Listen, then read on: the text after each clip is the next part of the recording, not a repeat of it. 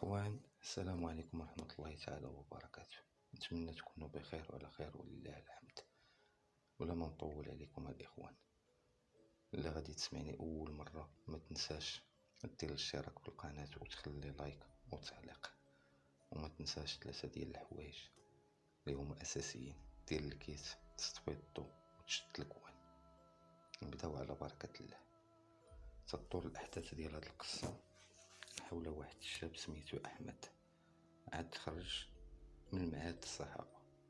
تيقول أحمد أنه كان شاب عاد تخرج من المعهد ديال الصحافة ومشى تيقلب على خدمة، وبالصدفة لقى فرصة ديال العمل إحدى الجرائد اللي تيمتلكها رجل أعمال مشهور.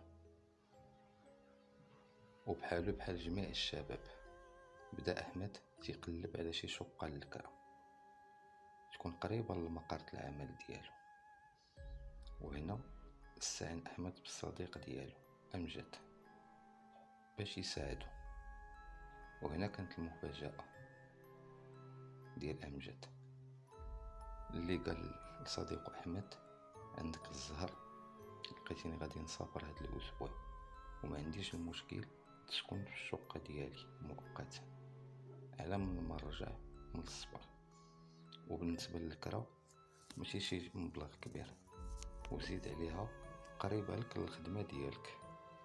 كانت العمارة اللي فيها الشقة ديال أمجد مكونة من 4 ديال الطوابق، وكان كل طابق فيه 2 شقق.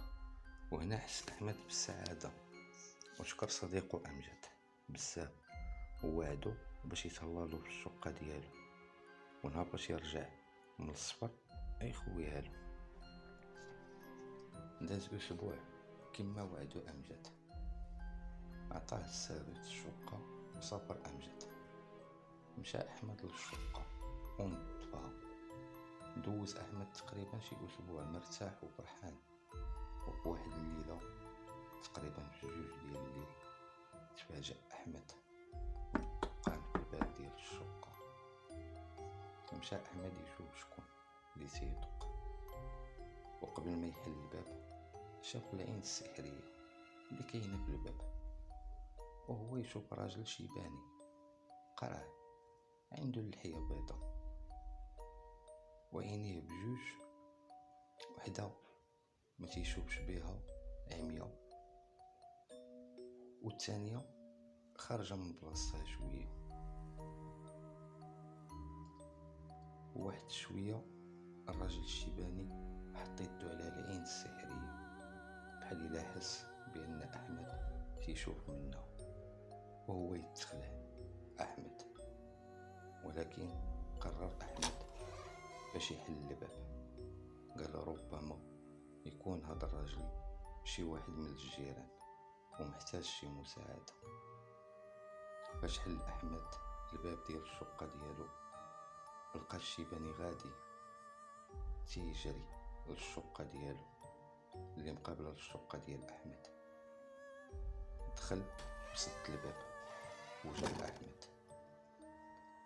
فمشى أحمد تيجري ودق عليه وقال له: سمح لي بزاف اللي تعطلت عليك من حيث كنت ناعس. ولكن الراجل الشيباني ما جاوبوش. رجع أحمد للشقة ديالو وسد الباب. وفاش أحمد كان راجع للبيت ديالو باش يرتاح سمع شي صوت جاي من الكوزينة، واحد الصوت ديال شي واحد بحال اللي تيطلب المساعدة، وبحال في نفس الوقت بحال إلا باغي يغوت بشي صوت عالي ولكن ما قادرش. بدأ أحمد يمشي بشوية متسلل للكوزينة باش يشوف المصدر ديال هاد الصوت، وهو يتفاجأ من داكشي اللي شاف. فأحمد شاف رجل مدبوح على الأرض والدم معمر الكوزينة. وواحد شوية الراجل المدبوح ناض من الأرض وشاد بعنقو بيدو اليسرية واليد اليمنية غادي في الاتجاه أحمد. بينما كان أحمد متجمد بلاصتو وخايف ومرعوب من هادشي اللي تيشوف، بدا تيقرا سورة الفاتحة. حس بشي يد شداتو بعنقو، وكانت هاد اليد باردة بزاف بحال الثلج.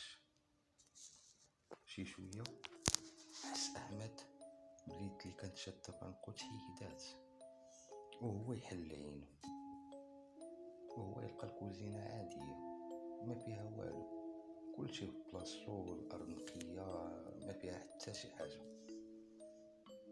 مشى أحمد تيجري للبيت ديالو وهو خايف ومرعوب، بقى الليل كامل وهو جالس فايق حتى للصباح. دوج ومشى للخدمة ديالو للجريدة، ولكن كان أحمد تيحس بالعيا والنعاس من حيت منعش الليل كامل بسبب الرعب والهلع اللي شاف بالليل. المدير ديال الجريدة شاف أحمد ماشي بحالته الطبيعية بصح هي هاديك، وقال له سير بحالك دابا ترتاح حتى الغدا ويا جي تخدم، ويا جي بكري شوية باش تسالي الخدمة اللي مازال عليك. داكشي اللي كاين. رجع أحمد بحالو للشقة ديالو، وباش أحمد كان طالع الدروج ديال العمارة شاف الراجل الشيباني اللي كان دق عليه في الليلة لبيتو. هو يعتذر منه أحمد،